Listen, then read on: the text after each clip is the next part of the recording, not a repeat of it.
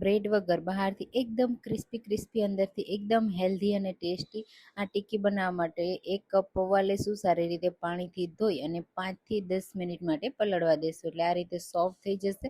હવે એમાં 2 નંગ બાફેલા બટેટા એડ કરીશું, સાથે ડુંગળી, ફ્રેશ લીલા ધાણા, આદુ મરચાંની પેસ્ટ, લાલ મરચું પાવડર, ધાણા જીરું પાવડર, મીઠું, ગરમ મસાલો અને 1 ટેબલ સ્પૂન લીંબુનો રસ એડ કરીશું અને અડધો કપ બેસન એડ કરી મિક્સ કરી આ રીતે મિક્સ કરી લેવાનું. એટલે આ રીતે ડો જેવું થઈ જશે. પછી હાથમાં થોડું તેલ લગાવી મનગમતા શેપમાં ટિક્કી બનાવી તૈયાર કરી લેવાની. આ રીતે ટિક્કી તૈયાર થઈ જાય ને પછી તમે એને ફ્રીજમાં રાખી અને 2 થી 3 દિવસ રાખી પણ શકો. પછી જ્યારે ફ્રાય કરવી હોય ને ત્યારે આ રીતે shallow fry, deep fry, air fry કરી શકો છો. એકદમ ક્રિસ્પી થઈ જાય ને ત્યાં સુધી થવા દેવાની.